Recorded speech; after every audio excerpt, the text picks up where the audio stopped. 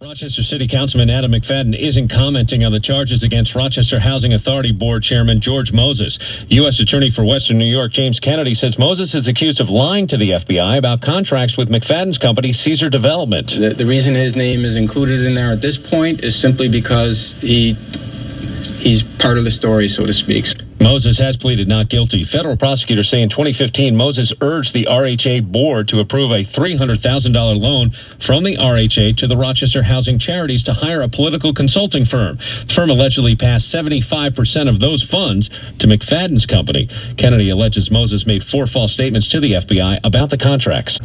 Yesterday, the United States Attorney stood up and brought charges against this man, George Moses, who all of his life has been sort of a nonprofit hustler, if I can be honest with you.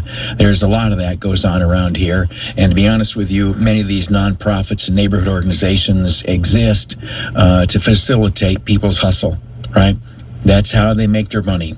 And they have the vocabulary of help the poor down and all that other stuff. But where the rubber meets the road, primarily who these do-gooders help is themselves. And what's the Bible say? There is nothing new under the sun. And that's exactly true. Whereas we think about a long time ago, government and such like that was a place where crooked people hid away in order to enrich themselves. Well, if Mr. Ziti didn't remind you, this ought to, that sometimes in this do-gooder and government community, people are working scams just to enrich themselves. And yesterday, we learned that George Moses allegedly lied to federal investigators as they were looking into what could be one of these self-enrichment scams. And that involves Adam McFadden. Basically, you remember that Adam McFadden was appointed to be the big boss at the Rochester Housing Authority by Lovely Warren. I mean, she was one behind it. And Rochester Housing Authority, that's the a big quasi-arm of government that handles welfare housing, right? The housing complexes that are, like the projects they used to be called. These are the ones who coordinate that. It's a very big business, a lot of big paychecks, and at any rate, Adam McFadden, and they've got all these different little subunits and boards and this, that, and the other. 9 o'clock, we're going to have Rachel Barnhart explain it to us. Rachel Barnhart, I'll be honest with you, as a politician, I think she's goofy. As a reporter, I don't think you get better in this town. And to be honest with you, Rachel Barnhart told the story of this little deal here, has been telling it for some time.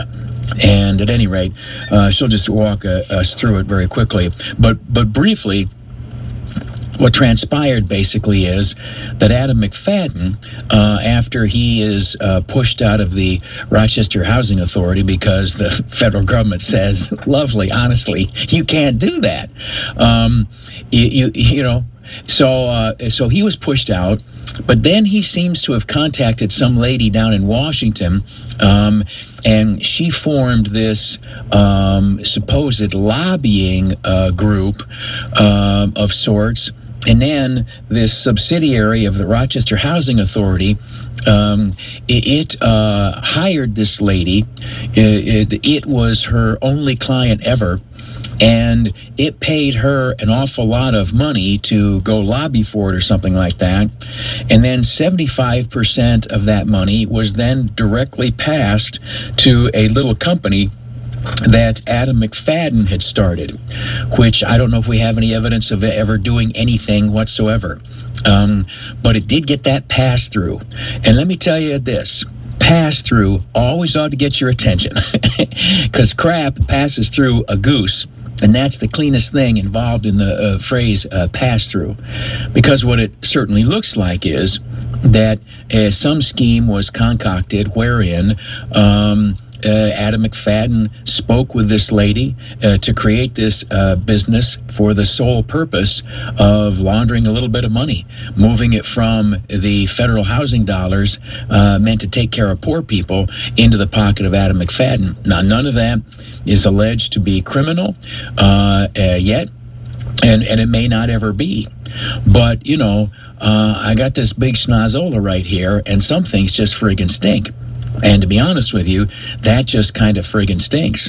And the deal is that the FBI was looking into that, and George Moses seems to have repeatedly lied to the FBI about Adam McFadden's involvement in that process.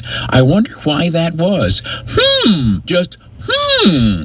So Moses, it looks like he may be dirty, which means that Adam McFadden may be dirty, and Adam McFadden was appointed by Lovely Warren. So I don't know. It just your mind, if you're a suspicious person, just goes crazy, and then you say, I wonder if that whole announcement yesterday about the theater is just a diversion. I don't know. Like they do that tip of the iceberg thing. Yeah, you've heard that? Okay. And it turns out that's not just a reference to your mother-in-law. But the deal is that sometimes you see two tips of the same iceberg, and you don't know what's underneath the water. And that is true both to the conduct of individuals and to potentially investigations. And I have no idea. I do not have inside information on this. But again, if you step back and look at these two things, you start dealing with very close circles of association. And you just wonder, could these two recent arrests have been outgrowths of the same investigation? And if so, what's next? And even if not, what's next? So we'll be watching for the U.S. Attorney to send out more press releases about standing behind another podium and giving us the next update. I appreciate those who enforce the law, and in this case, I am grateful. Sometimes we can't vote out the pukes. Sometimes it takes some charges and some handcuffs to get that job done.